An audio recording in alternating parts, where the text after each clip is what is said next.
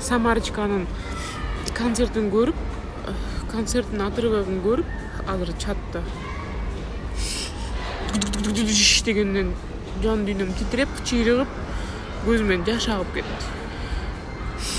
Кыргызды Кремльге алып барып, кыргыздын ырларын ырдап, орустун ырларын ырдап, эки элди бириктирип келген Самарочкага чоң даңк. Жазып атып, жашым токтобой видео тартанчы дедим. Азаматсыз Самарочка. Үнүңүз Голливудтан угулсун. Бүткүл дүйнөгө, бүткүл планетага таанымал болуңуз.